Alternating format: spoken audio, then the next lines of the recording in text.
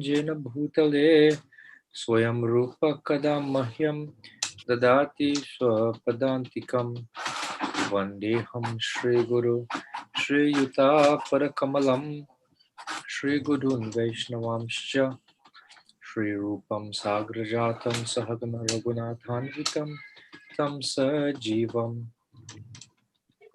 Sadvaitam Savadutam Parijana Sahitam Krishna Chaitanya Devam Shri Radha Krishna Padan Sahagana Lalita Shri Vishakhan Vitamscha He Krishna Karuna Sindhu Dina Bandhu Jagatpate Gopesha Gopika Kanta Radha Kanta Namostute Tapta Kanchana Gaurangi Radhe Brindavaneshwari Vrishabhanu Sute Devi Pranamami Hari Priya Vanchakalpatarubhyascha Kripa Sindhupya Evacha Patitanam Pavanebhyo Vaishnavebhyo Namo Namaha Shri Krishna Chaitanya Prabhu Nityananda Shri Advaita Gadadhara Shivasari Gaura Bhakta Vrinda Hare Krishna Krishna Krishna Hare Hare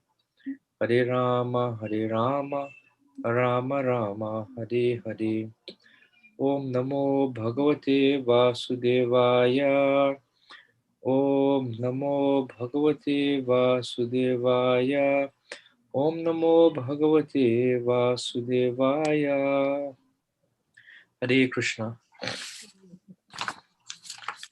Originally, when Mithuna Prabhu asked me to give this talk, we had discussed that the title of the talk would be Sadhavo Hridayam Mahyam, or Krishna says, and it's one of the verses we'll discuss today, my devotees are in my heart.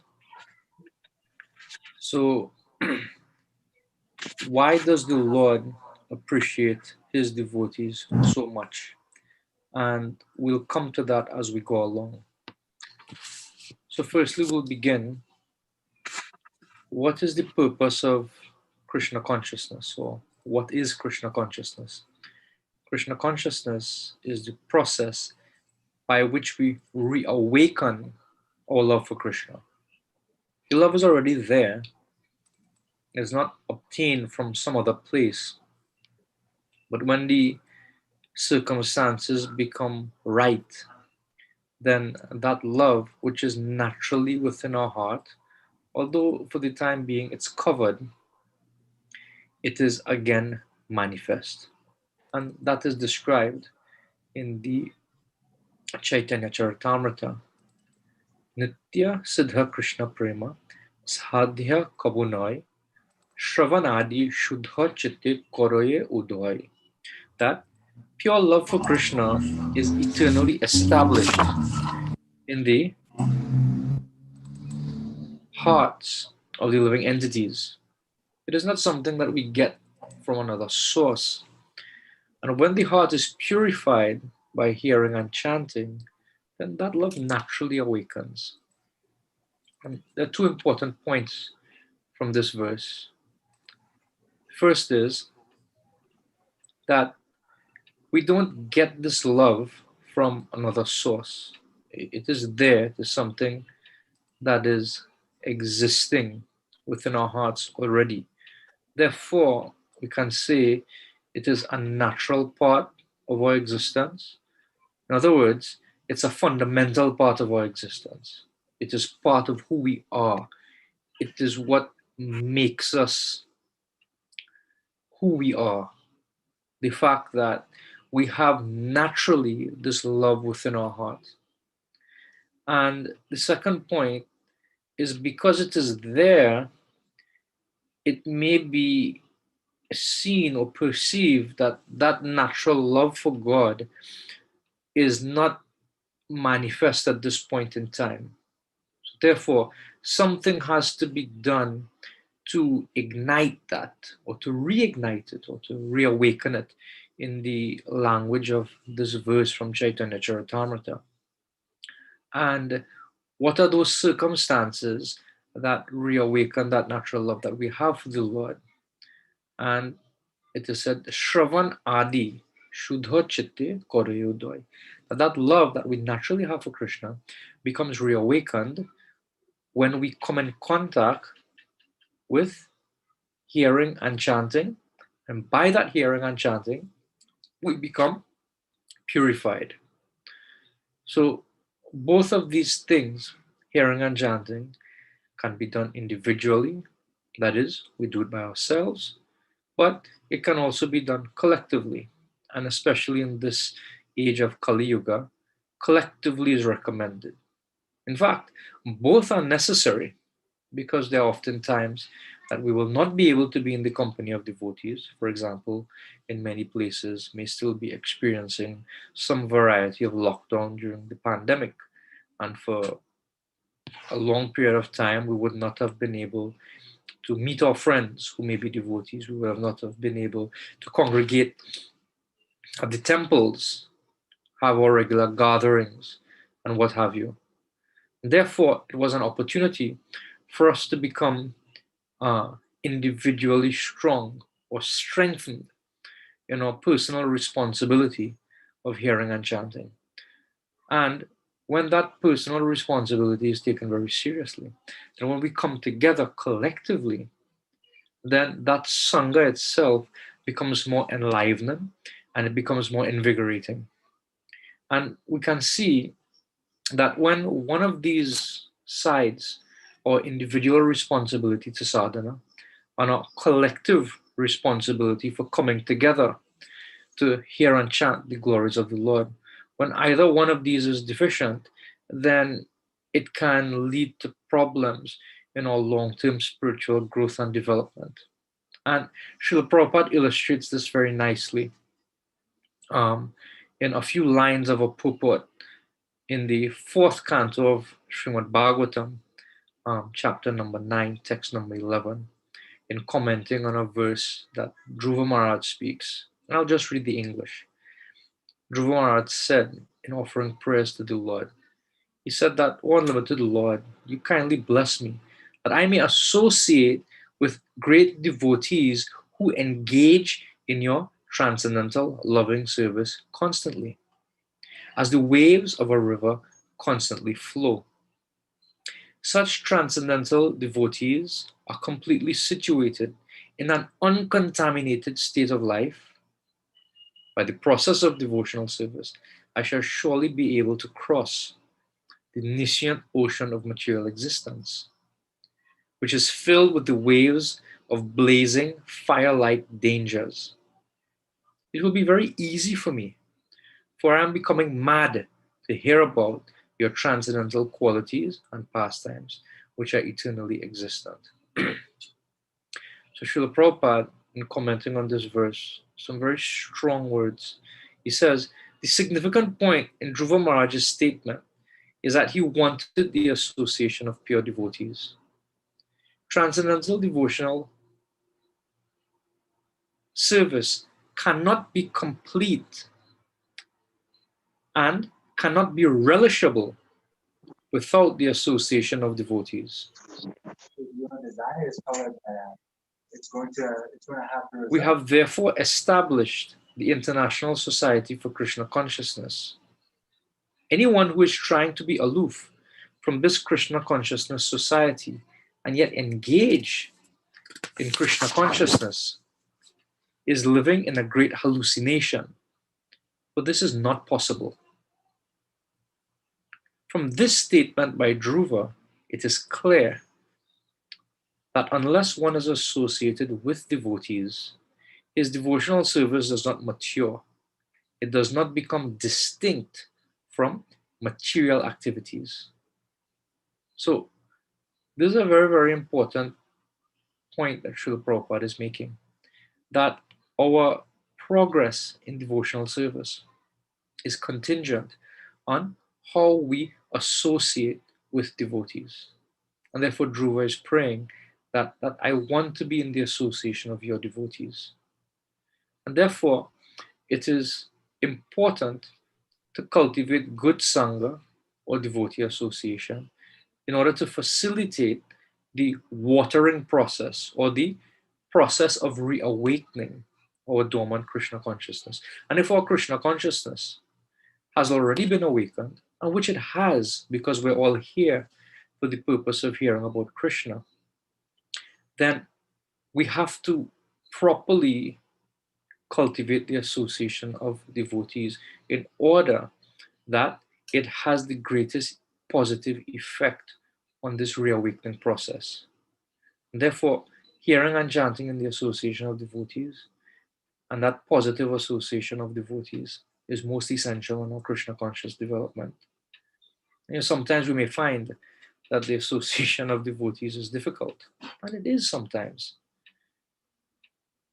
Sometimes we may find that we prefer some devotees as opposed to others, and that is not bad. Or we prefer to be sometimes by ourselves because it's our nature. But still, we have to come to terms with this important aspect of devotional service, which is the proper association of devotees.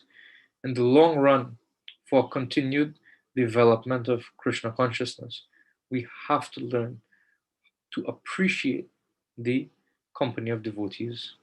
Now, in this talk, over the next 45 minutes or so, we will try to focus on the why, not so much the specifics of how, because the specific title of this talk is, why does Krishna care about his devotees so much? Or at least originally, when I was speaking to Mithuna Prabhu, uh, that the devotees are in Krishna's heart, in the words of Krishna, Sadhavo Hridaya Mahyam. And to illustrate this point of the importance of proper dealings and association with devotees, there's a very, very beautiful pastime that occurs in the 9th canto of Srimad Bhagavatam, chapter 4 and 5. And that is the dealings between Ambarish Maharaj and Durvasa Muni. It is a very, very important pastime, and it's a pastime that Srila Prabhupada would often quote.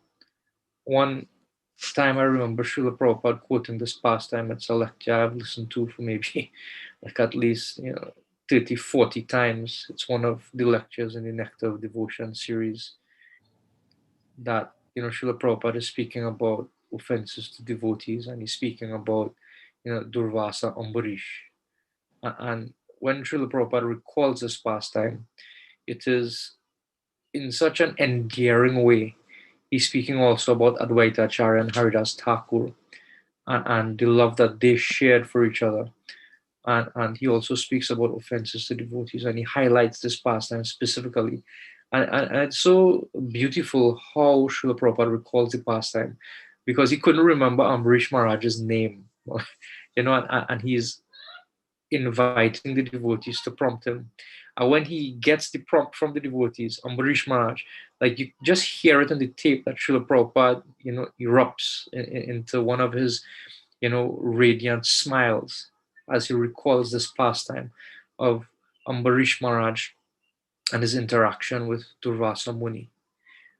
So, what is this pastime? So, as I said, it is found in the 4th and 5th chapters of the 9th canto of Srimad Bhagavatam. And Ambarish Maharaj is a very exemplary devotee. He knows nothing else but Krishna. And I'll read the description of his devotional service, which is from text 18 to 20 of this 4th chapter of the 9th canto. And I'll just read the English. But it's a very famous verse that Srila Prabhupada often quotes. The verse begins with Savai Mana Krishna Padara Vindayo. And we can hear how Ambarish Maharaj was engaged in the service of the Lord with practically each faculty of his being. Maharaj Ambarish always engaged his mind in meditating upon the lotus feet of Krishna, his words in describing the glories of the Lord, his hands in cleansing the Lord's temple, and his ears in hearing the words spoken by Krishna or about Krishna. He engaged his eyes in seeing the deity of Krishna, Krishna's temples, and Krishna's places like Mathura and Vrindavana. He engaged his sense of touch in touching the bodies of the Lord's devotees. He engaged his sense of smell in smelling the fragrance of the tulasi offered to the Lord, and he engaged his tongue in tasting the Lord's prasad. He engaged his legs in walking to the holy places and temples of the Lord, his head in bowing down before the Lord, and all his desires in serving the Lord 24 hours a day. Indeed, Maharaj Ambarish never desired anything for his own sense gratification. He engaged all his senses in devotional service, in various engagements related to the Lord. This is the way to increase attachment for the Lord and to be completely free, from all material desires. So it's quite a lot. How Ambarish Maharaj not only engaged his body in the Lord's service, but his mind and his various senses. And Srila Prabhupada or Shukadev Goswami says here, 24 hours a day he was engaged. So Ambarish Maharaj, his capital was in Mathura, and he was very devout, so much so that everybody in his kingdom were also devotees. And practically speaking, everybody was also engaged in hearing and chanting about the Lord. He was that quality of leader.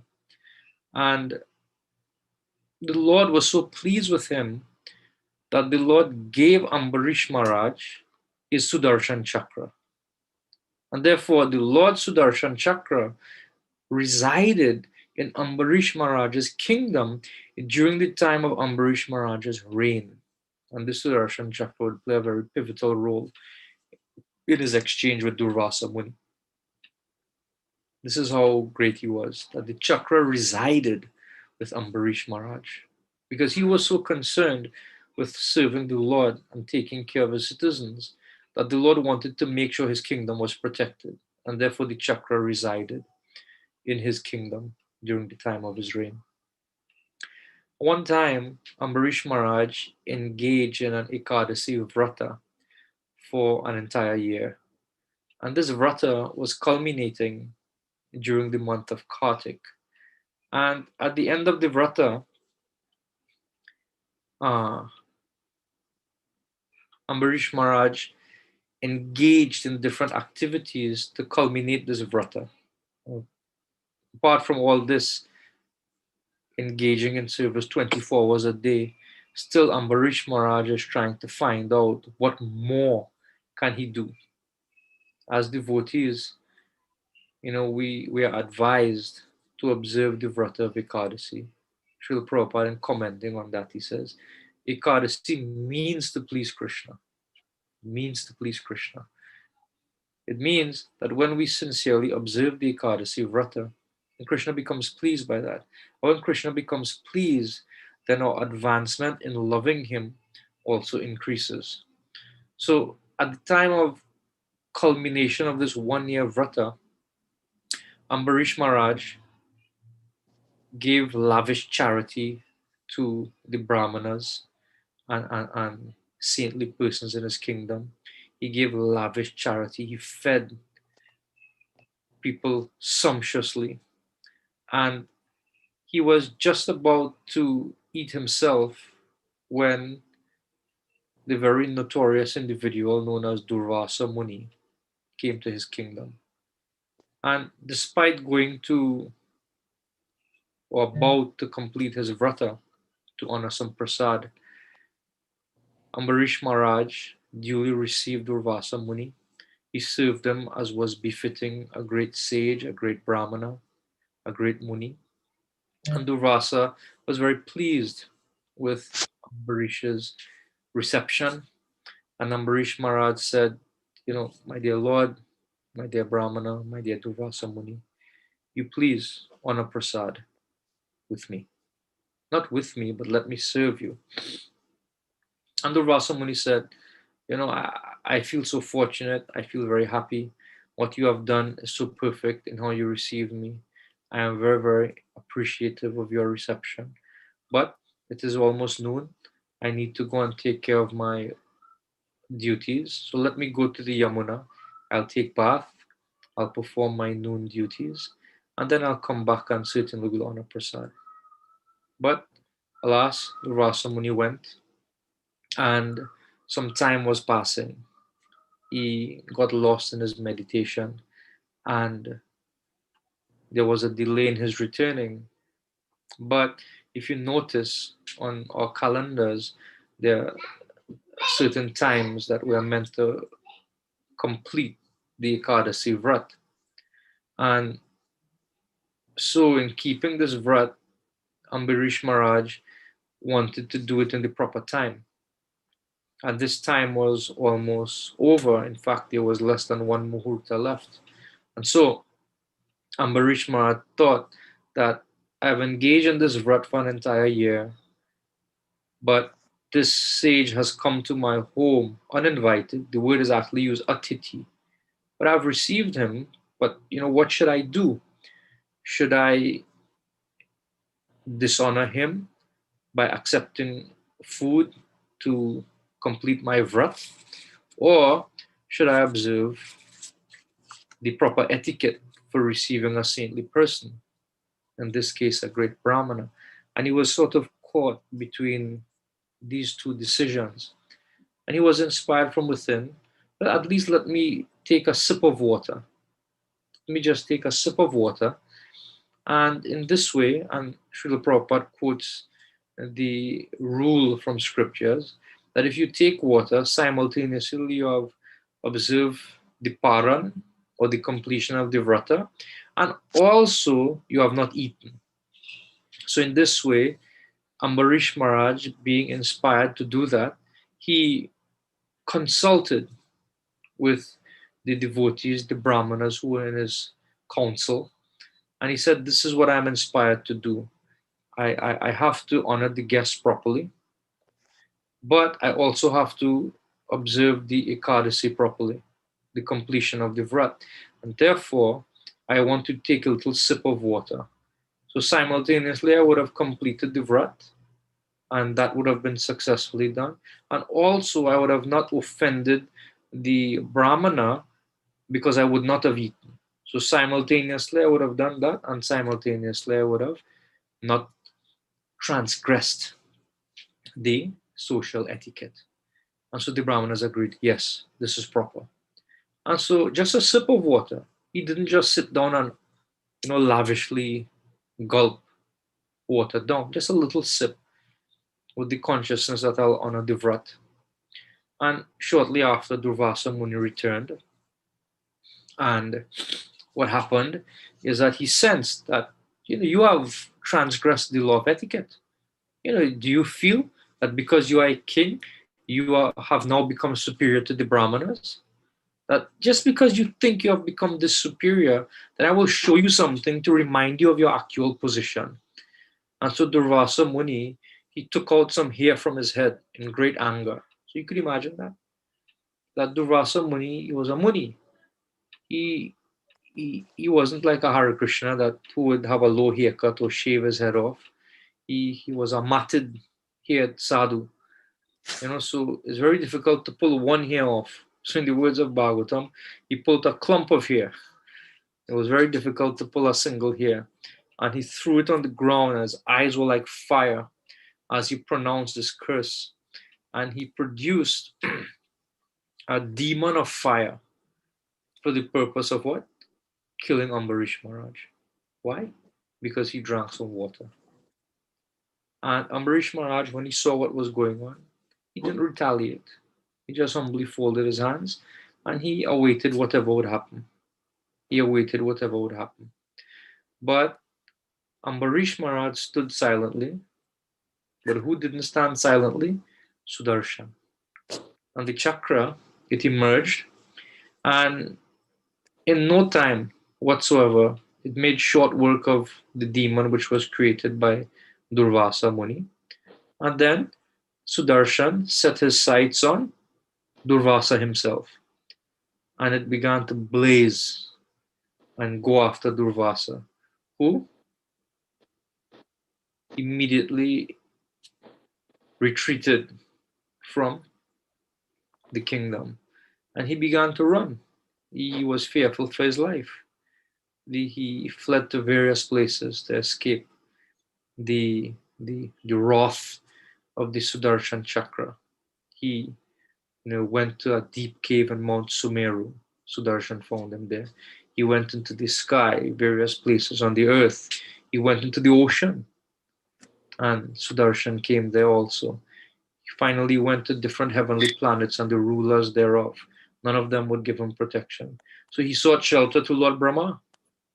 Lord Brahma said, Baba, I'm not getting involved in that.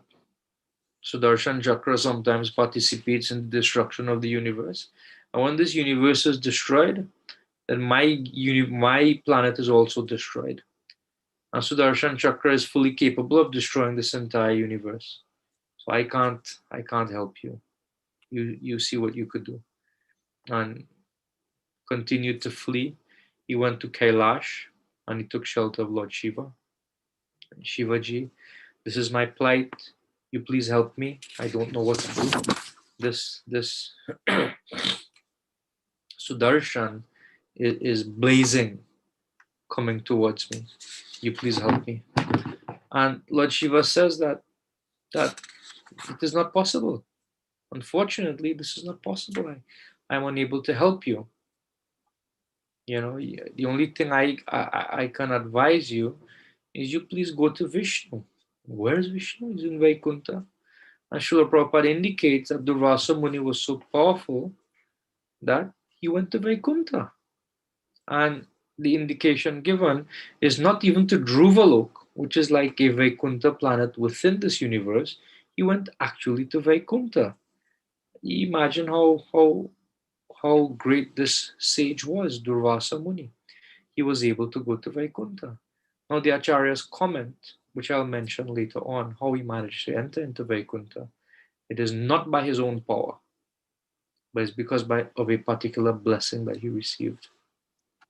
So Durvasa Muni, he went into Vaikuntha and he got the audience of the Lord and he spoke to the Lord. And I'll read what he says. He says that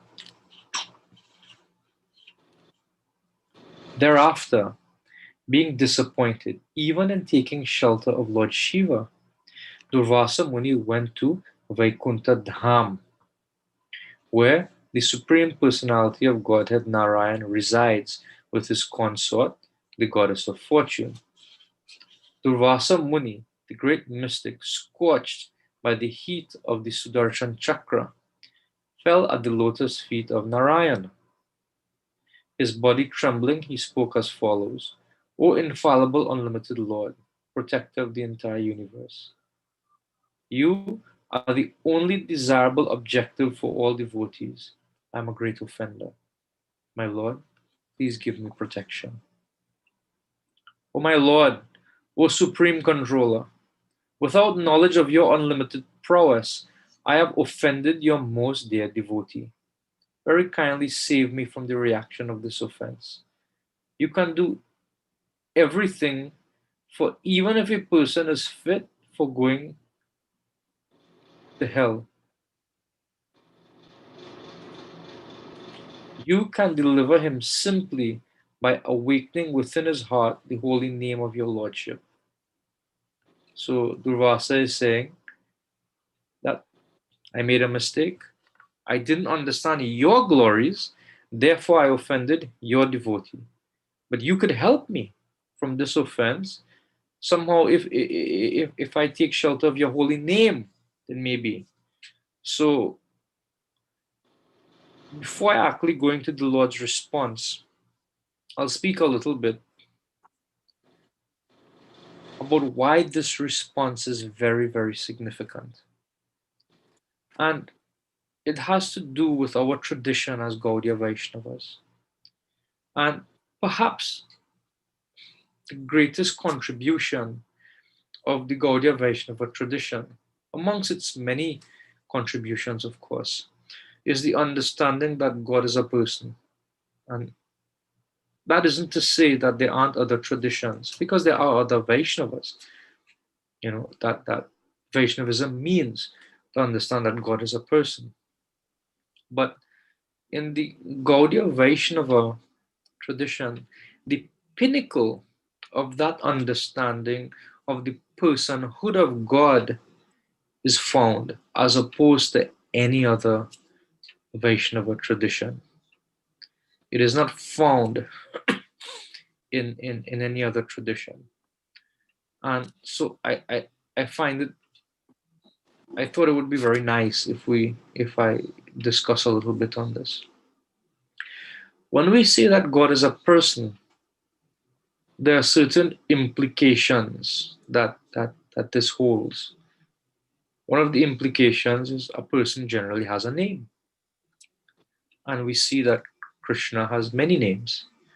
And especially, Krishna likes names in connection to his devotees, other persons. For example, Krishna loves to be called Yashoda Nandana, Ananda Nandana. He loves to be called Radha Vallabha. He loves to be called Gopi Jana Vallabha. So many different names. So many bhajans are composed just only of the names of the Lord. Yashamati Nandana, Braja Baranagara, Gokula Ranjana Kana. He loves to be called names, especially those names in relation to his devotees. So, because he has devotees who are also persons, then there exists several varieties of relationships. Because person means relationships.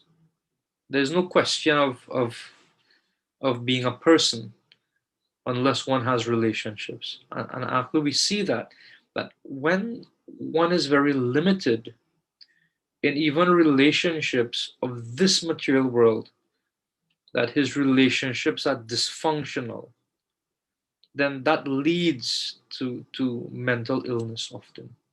A person is not able to function in the ordinary dealings even because of dysfunctional relationships.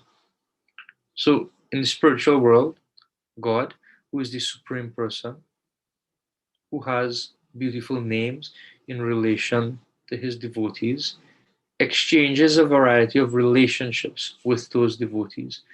Especially, there are 5 different types of relationships: Shanta rasa, Dasya rasa, Sakya rasa, Vatsalya rasa, or Madhurya rasa. And within these 5 different relationships or primary relationships, then there are different exchanges, loving exchanges. And not only are there a variety of relationships with different varieties of devotees, there are a variety of places where these relationships take place, where these relationships are exchanged. And what else does it mean to be a person? That there are likes and there are dislikes that a person has that are a function or come as a result of one's personality. And there's often said that there's no 2 people who are alike. Why? Because there are certain nuances in a person's personality that causes one individual to be different from another individual. I'll give an example of this. Krishna likes cows. Why? We accept that Krishna likes cows. But could we rationalize that by scripture? Could we rationalize that Krishna likes cows by the Vedas? No. You can't rationalize that by the Vedas. Krishna likes cows because he likes cows. Just as there's some things that one individual may like, it's a function of his personality. The same thing that another person likes may not be so likable by another person. It's a function of personality. A person's likes and dislikes, the certain nuances that they have, are all functions of personality. And therefore, when Krishna reacts and responds to his devotees, it is a function of his personality. Because he's a person, because he's the original person, Krishna reacts accordingly. Ye yatam mam prapadyante tam sateva bhajamyaham. There are very, very far-reaching implications of this verse. Krishna says, as they surrender to me, I reward them accordingly.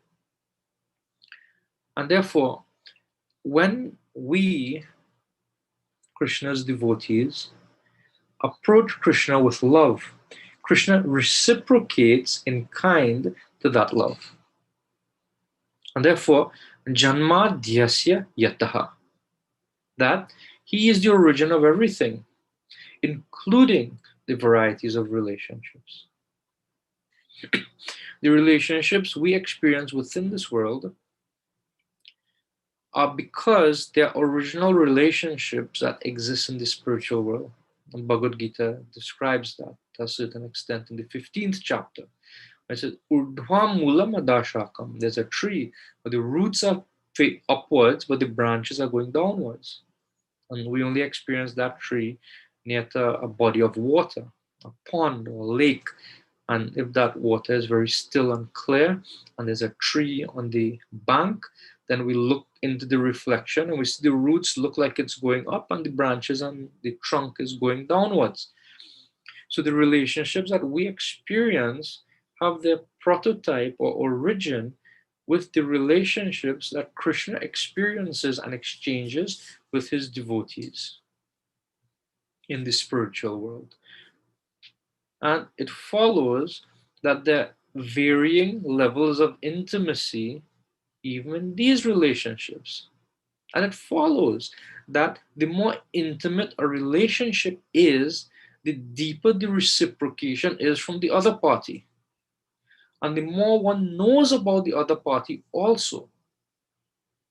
And therefore, when Krishna says in the Gita that bhaktya mam abhijanati yavanyashatvi chasmi tatvataha, that only by devotional service, only by bhakti, which means love, only by love can I be known. An example can be given. A doctor may know a lot about a patient, may know all the inner workings of the body, all their numbers, their blood count and their blood pressure, and the different, what is causing a particular ailment to happen within an individual. The parent may not know that. The wife may not know that. In other words, the doctor may know more about the patient than the person's loved ones. But do they know the patient? Do they know what makes them cry?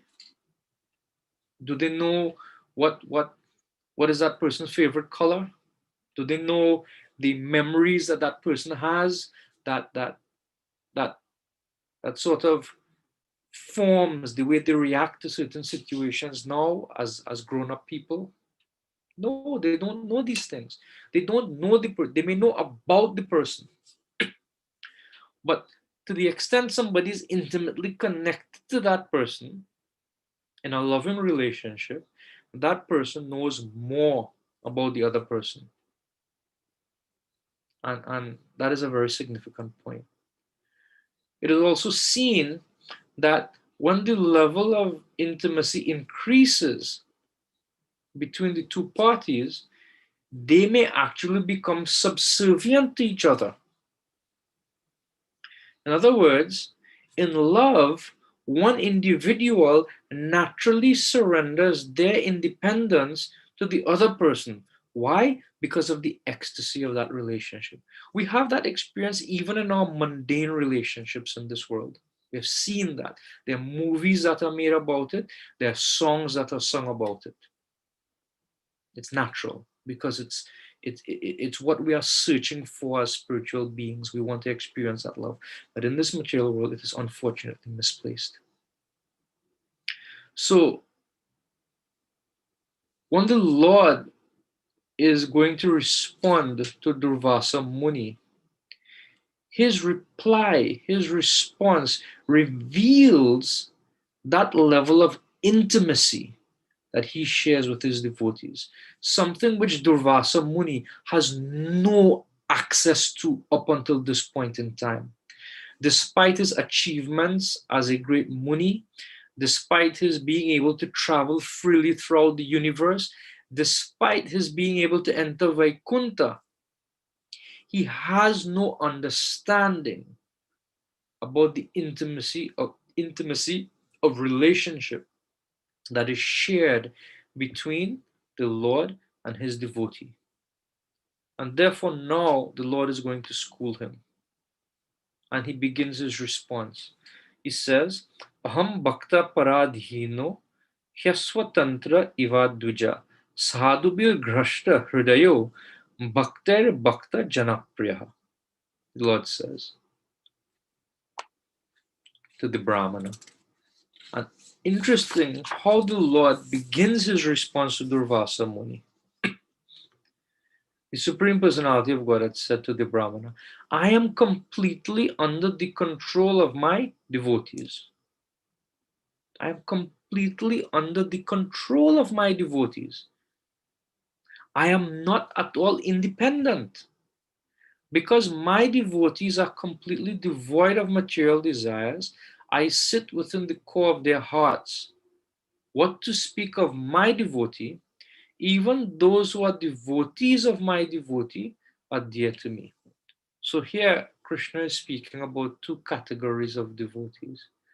The first are topmost pure devotees like Ambarish Maharaj, like Prahlad, like the Gopis, like Haridas Thakur, and so many others.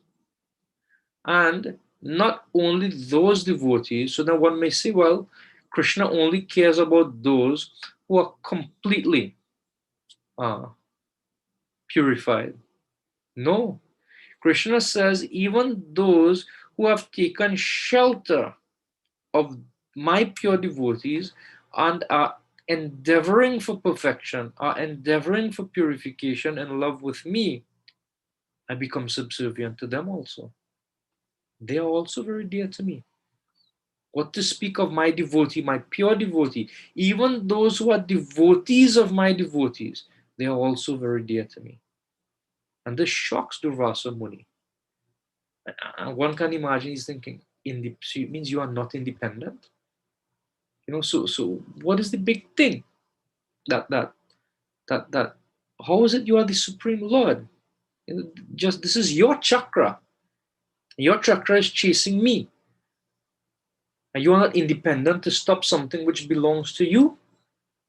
And Lord is saying, no.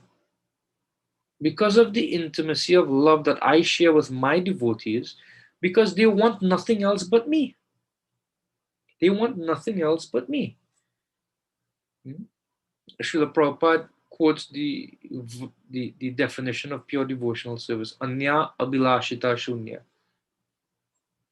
That they have no desires. They want nothing else but me.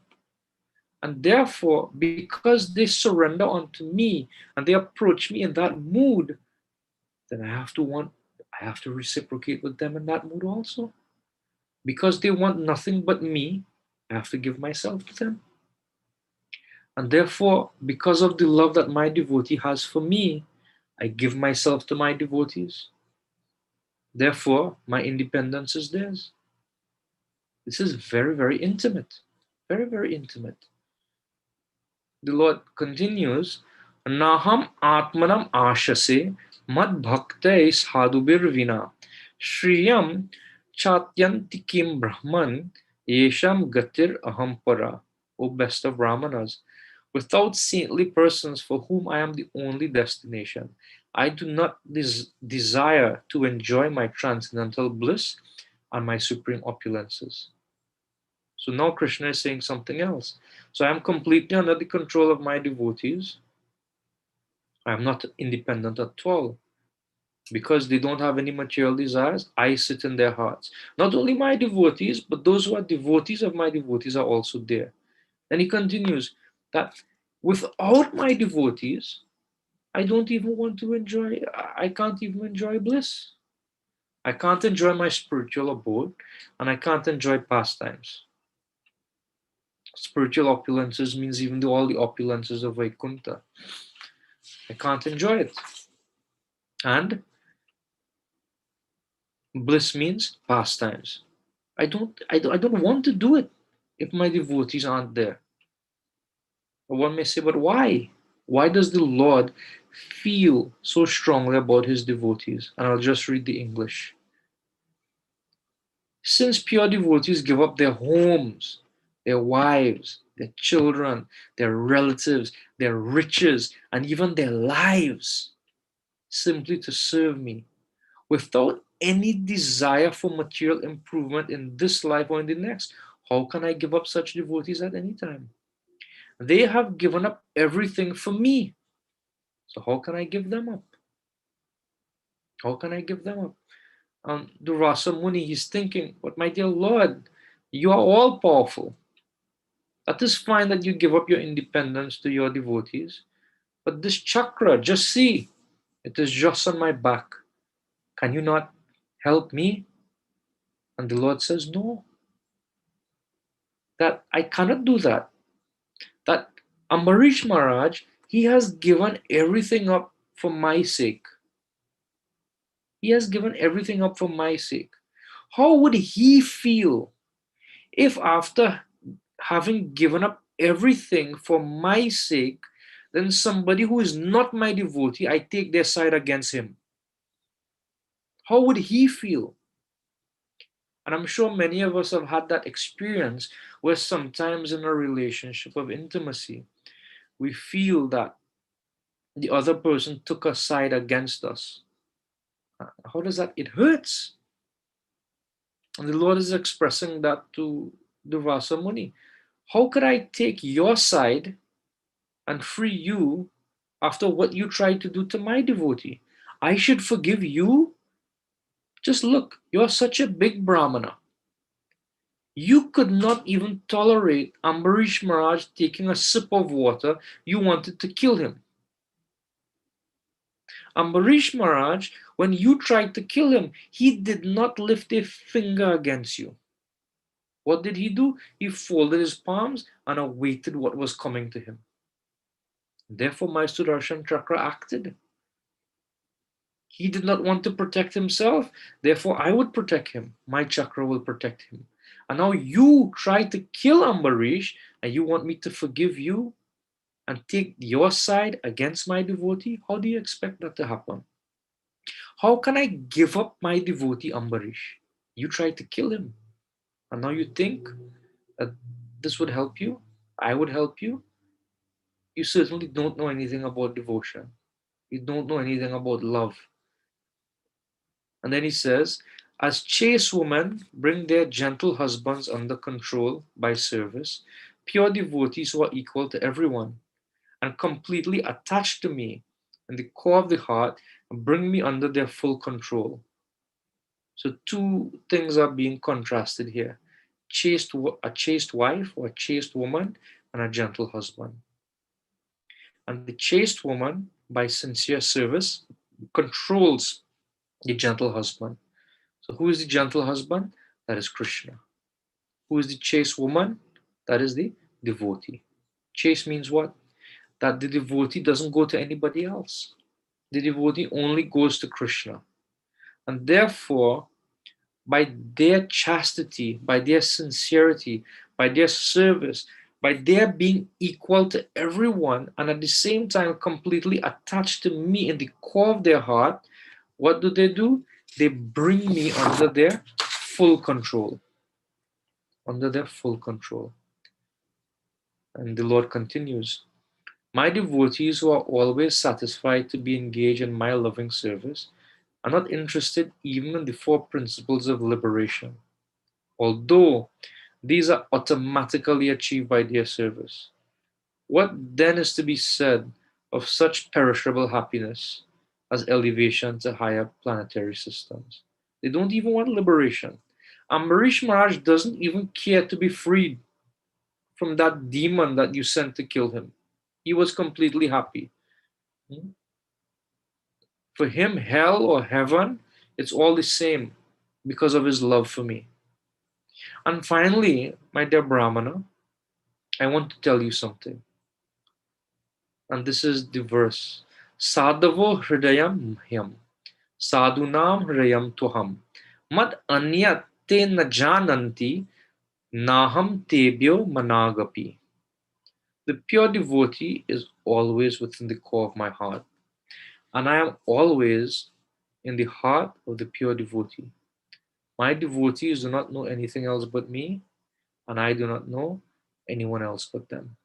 This is how the Lord concludes this part of his speech to Durvasa Muni.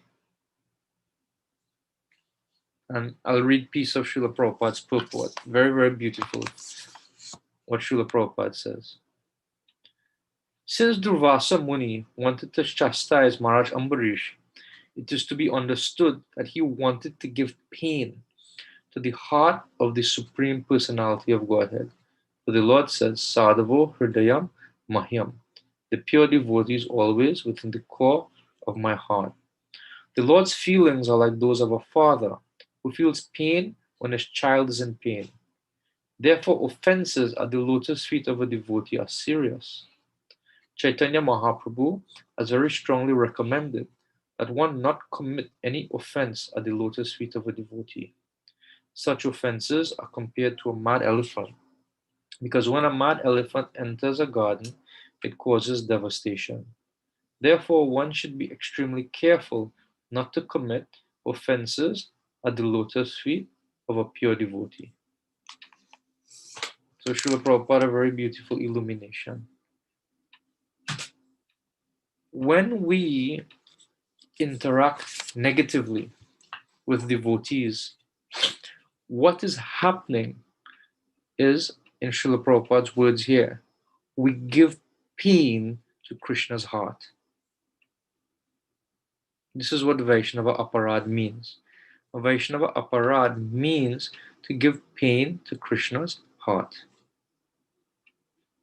A very, very potent statement if we were to meditate on that. And therefore, we have a certain responsibility. And if we look at the 10 offenses to the holy name, that who stands first in line in that list of offenses? Sadhu Ninda. And we should be very careful not to blaspheme the devotees of the Lord who have dedicated their lives to the service of the Lord, the service of the holy name of the Lord. The first offense to the holy name. And therefore, if we want to increase our relationship with Krishna, we cannot do it without also deepening our relationship with the devotees. Krishna says that my devotees are within my heart. Now one may say, well, that only applies to pure devotees. Krishna says, no. Even devotees of my devotees. It means persons who are endeavoring to come to that platform of purity. It means us. It means those who are around us. It even means those who do not yet know that they are devotees, the people in general. Because ultimately everybody is a devotee. Because Nitya Siddha Krishna Prema. But especially when that love has already been awakened and persons are consciously and actively trying to grow that relationship with the Lord, we have a responsibility of care. We have a responsibility of tolerance. We have a responsibility of appreciation. Because the Lord says that even those devotees are in my heart. What to speak of the pure devotees, but even devotees those who are devotees of my devotees. And I mentioned that one of the responsibilities, especially in chanting the holy name, is sadhu ninda. We have to be very careful to not blaspheme and offend the devotees of the Lord. Why? Because it gives Krishna pain in his heart. If you really want to hurt somebody, you could hit them, you could, attack their hand, you could attack their leg, but a killing blow goes directly into the heart. A killing blow. Another point is that our advancement in devotional service and Krishna consciousness is catalyzed when we make a concerted effort to increase our appreciation of devotees. And therefore, one positive thing we could do as individuals is to offer praise to other devotees. Does it cost us any money? Does it take away anything from us to praise another devotee? It doesn't always have to be out loud. It can be in our hearts to genuinely praise another devotee, to genuinely offer appreciation to another devotee. Sometimes the default setting is to find fault. But one positive thing we could do as individuals, if we find ourselves, harping on a particular fault that a devotee has, one thing we could do to train our consciousness is for every one fault we see in another devotee, glorify that devotee in 5 different ways. Increase, don't just do one for one. One for one just cancels out, but go beyond one. For every one fault we see in a devotee, praise them 5 different ways. Sincerely look, take the time to look at another devotee. And if we look at everybody close enough, we'll find that there's something we can appreciate, there's something we could glorify. Does it take away anything from us? No, it adds to us. Why does it add? Because Krishna becomes pleased with that type of behavior. The holy name becomes pleased with that type of behavior. Another thing we can do, because oftentimes there's different technicalities in the way we sometimes have to deal with other devotees. Sometimes particular transgressions are perpetrated on us.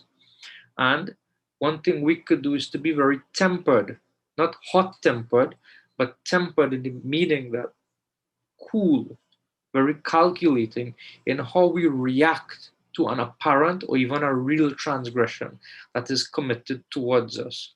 Don't respond immediately. Take some time to digest, to think it over, how we respond. Sometimes we may have already overreacted or over-responded or responded in a way that was detrimental to our consciousness. Evaluate that response. Don't let it happen again. Learn and grow and improve in how we deal with other devotees. So, with these few words, I would like to stop and just to reiterate a few points that were made in this presentation, that love for Krishna is within our heart, and through the process of hearing and chanting, that love for Krishna becomes reawakened. That hearing and chanting is done both individually and collectively, and both have to be there to strengthen the growth of our relationship with the Supreme Lord. Therefore, it is very, very important for us to associate properly with devotees. Why? Because Krishna loves his devotees. And when we make an endeavor to appreciate and love Krishna's devotees also, and Krishna notices that and reciprocates with us. The holy name notices that, and the holy name reciprocates with that. And therefore, this pastime of Ambarish and Durvasa Muni is very, very instructive for reminding us on the detriment of dealing or interacting in a very negative way with devotees. And it also highlights the level of intimacy and appreciation that the Lord has for his devotees. We also discussed very briefly the implication of God's being a person and the contribution of the Gaudiya, of Vaishnavas, of the pinnacle of personhood in the Lord. that the Lord becomes subservient to his devotees, this pinnacle of personality. And the Lord's likes and dislikes are a function of his personality. And the Lord, because the devotees approach the Lord in a particular way, the Lord reciprocates with them equally.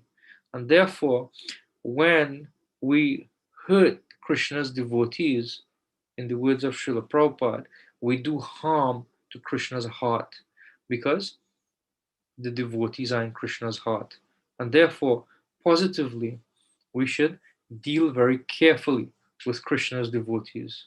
It pleases Krishna and it helps us to maintain a conducive atmosphere and environment for a relationship with Krishna to grow and blossom and increase and be fully reawakened. So, with these words, I'll stop and we have 10 more minutes. If anybody would like to ask any question, if anybody would like to make any comment or share any realization, if anybody would like to make any kind of contribution whatsoever, then feel free.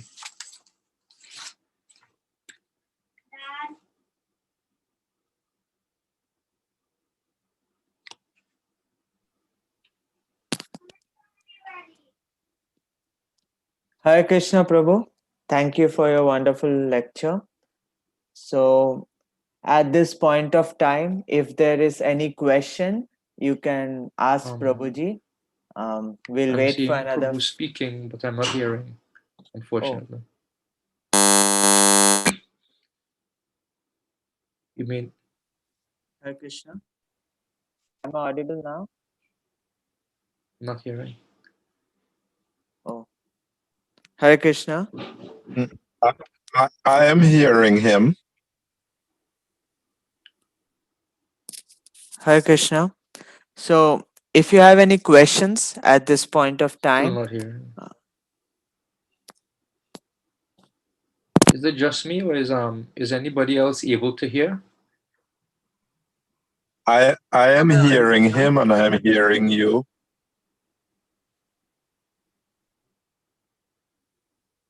so Hare Krishna Prabhu, am I audible now?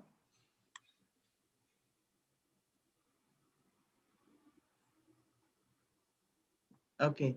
So if anyone has any question at this point of time, please go forward and ask it. Either type it in the chat box or raise your hand. I'll read the question for Prabhuji. We'll wait for another 3 to 4 minutes and then Unfortunately, I'm we'll still not end if there hearing. are no questions. I don't know why. Shanta Prabhu, is some problem on your side because I am hearing perfectly all right.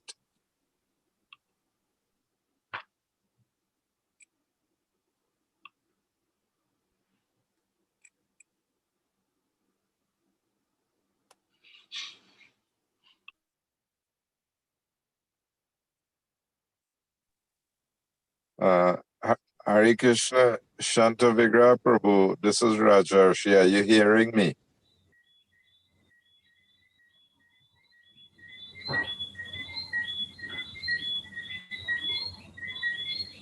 Hare Krishna. Shanta, you hear me? Hare Krishna.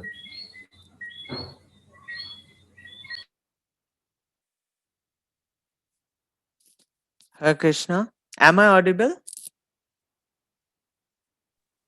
Yes, Prabhuji, we're hearing you and we're hearing Shanta. The problem seems to be on Śānta-vigraha Prabhu's side, that he is not I hearing. feel the same. Yeah, I feel the To same. put, He cannot hear us. my headset and switched over to computer audio, so now I'm able to hear. I think it was Okay. Sorry, Prabhu. Yes, so there are some questions at this point of time.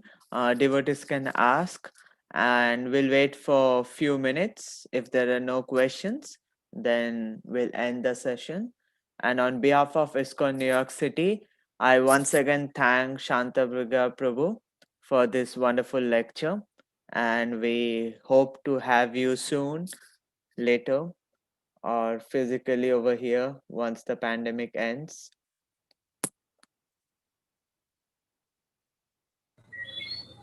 Hare Krishna. Hare Krishna, you hear me? Yes, Prabhu, go ahead. Yeah. Um, Yes, Prabhu, go ahead. okay, thank you. Shanta Prabhu, in spite of all my hearing and chanting, somehow or the other, I still harbor in my thoughts like ill feelings towards some devotees. Can you tell me like what are the possible causes of these so I could get rid of it for myself? Thank you. So just to make sure I understand the question properly, that despite hearing and chanting, you still find that you have ill feelings towards certain devotees, and Yes, how can you exactly. how to deal with that? Right, exactly. Um, Depending on the relationship you have with them, one thing you could do is you could write them a letter, or you could even approach them directly. Let them know that, unfortunately, I have this feeling towards you. I don't want to have it, but I have it. Please forgive me. I want to work past this, and I don't want to have this animosity towards you anymore, and render some service to them, because it may not be that you would have directly offended them, or by any overt behavior like that. If it's something that is just internal within one's own consciousness, then depending on one's relationship with them, you could approach them directly. Or if it was that you have actually discussed these things with other devotees, meaning that you would have spoken about these particular devotees in the company of others, then that comes to the point of being Vaishnava aparad, because it's no longer within one's own consciousness. It becomes a verbal offense, even though it wasn't directed towards them in their own presence, because you discussed that with other people, then other people would have been affected by that negativity of feeling that you had towards them. So it is out in the community now. So it comes to the point of being offensive. If one feels that one doesn't want to approach them directly, then one could speak to a devotee in between, that go to that person and say, listen, I harbor these feelings against these particular devotees, this particular devotee. Will you go with me to help me, develop a relationship with this person? If one still doesn't want to do that, one could seek opportunities for serving those devotees genuinely from one's heart. Let's say you see that person, waiting for prasad, and you could just, you know, take the opportunity to get them served prasad. Seek any opportunity you can to render service unreservedly to that devotee. That devotee may be in some sort of difficulty, and may be in need of some help, without, saying anything. Act positively. Try to help that person in that difficulty. Krishna loves when we serve his devotees, and it shows genuine wanting to bridge that relationship from our side, without even having to go on, you know explicitly tell them anything. But the action from our side is that I want this relationship to work. I realize that it is my problem, that I am continuously seeing fault in them. So therefore, what could I do from my side to grow the relationship? So I could approach them directly. If that is not possible, I could approach them with a senior Vaishnava with whom both parties have a relationship. If that is not possible, I can um, offer them some help if they're in need of help. I can offer them some gift, some assistance, whatever have you. Or just at the temple or in whatever gatherings, they may be sitting. I could serve them their prasad without them having to line up, and give them some extra courtesies genuinely from my heart, from our hearts. Another thing we could do is the point I was making at the conclusion of the class, that, okay, so we see certain faults. So go within our consciousness and praise them. offer them praise. Okay, so they may be like this, like that, but what is anything good about them? You know, I remember one time, one devotee had passed away in the Gaudiya Mat, and he was a very, very contentious type of devotee, and they were finding, and after he passed away, there were a group of devotees, you know, like sitting and speaking about how bad um, this person was. And Bhaktisiddhanta Saraswati Thakur happened to overhear that conversation. And he just came into them and very sternly said, but he was very clean, and walked away. And immediately when he said that, the fact that Bhaktisiddhanta Saraswati Thakur could, despite knowing the difficulty this devotee was, could offer words of praise, then immediately all of them realized, oh yes, he was actually very clean. And the whole mood of the conversation changed. So we could do that. If within our own consciousness, then we haven't, we found a fault in that person, and we could glorify that person. Find ways, sit and study that person and glorify the person. Make the effort to do it. And especially if we spoke those negative things with other devotees, then that same sangha glorify them also. You know, so at least it is an exercise for our own consciousness to not engage in thinking negatively about Krishna's devotees. Is that okay, Nareshwar Prabhu?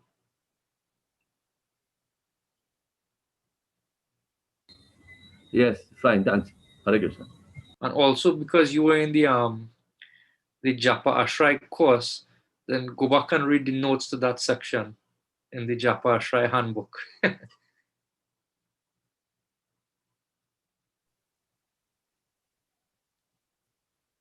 Hare Krishna.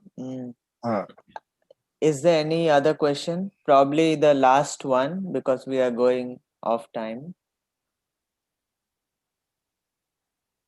Hare Krishna, Hare Krishna. Haribol. This is Haribol Shanta Prabhu. Yeah, thanks so much for the wonderful topic. It's very illuminating subject matter. I was just contemplating the point that the more a person gives up in order to please Krishna, that person becomes more dear to Krishna, like examples of the gopis risking all sense of morality. There are people who, well, from your reading, that the devotees have given up so many things for me, and therefore Krishna say, how can I forsake them? But I was just thinking that in some individual's case, he may be quite materially well situated, contented. He serves Krishna, but his existence, he doesn't really, he doesn't have to pay any kind of real price. There's not much test and so on his part. He just adopts some chanting, hearing, and being a devotee of Krishna. So, what about such a person's situation? How how can he think of being more dear to Krishna? Getting more attention from Krishna, or becoming more dear to Krishna than where he is situated. Let me see if I understand this properly. So there's a person who may be materially well off and doesn't externally make an effort to go deeper in his relationship and just does the hearing and chanting. How can he make a greater effort to be more pleasing to Krishna? Is that the right understanding of what you're asking? Yes, that's the point, yes. Ultimately, that in terms of being comfortable materially, I find, especially within my own self, that the internal struggle is often more difficult than giving up something externally.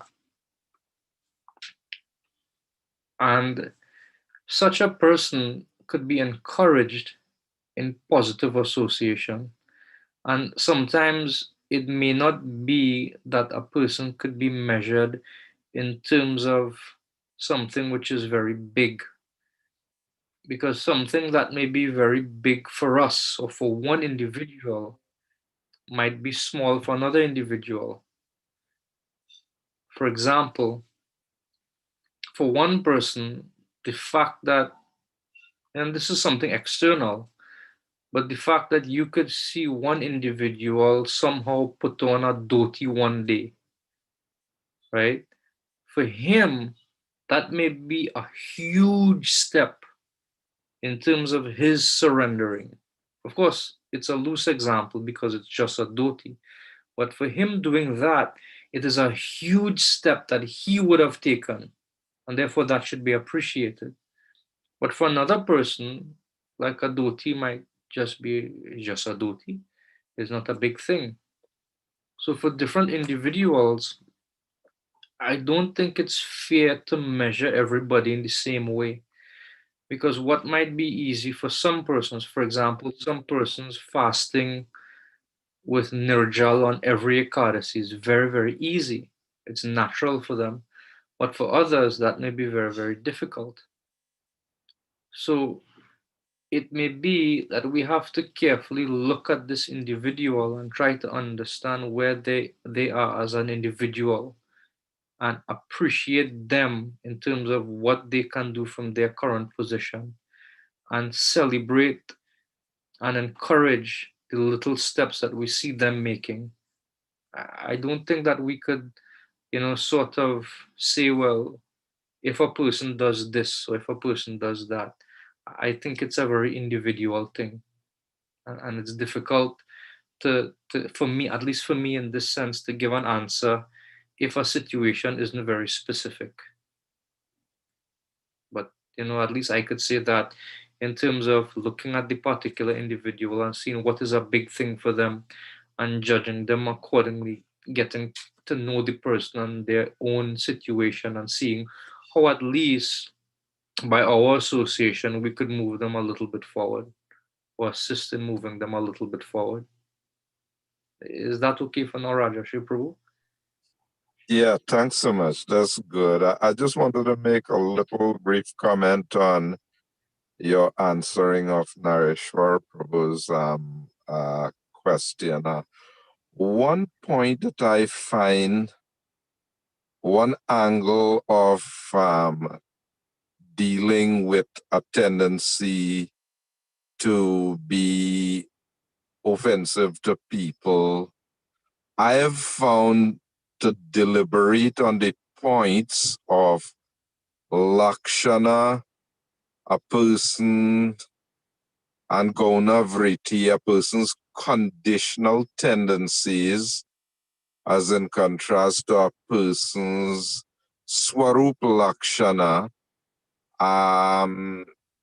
because the person is Krishnaika Sharana, now he's surrendered, he has taken up Krishna's service, he has become very dear, and whatever conditional tendencies may be there, it's just a matter of time that it would be eradicated. So I shouldn't evaluate and measure people much by conditional tendencies. Rather, I should focus more that on the constitutional that they have taken up, their Swarup Lakshana, that they have taken up devotional service, they're engaging in Krishna's service. And I think, at least for me, that helps me to,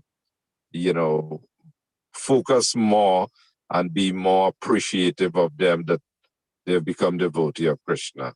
Hare Krishna.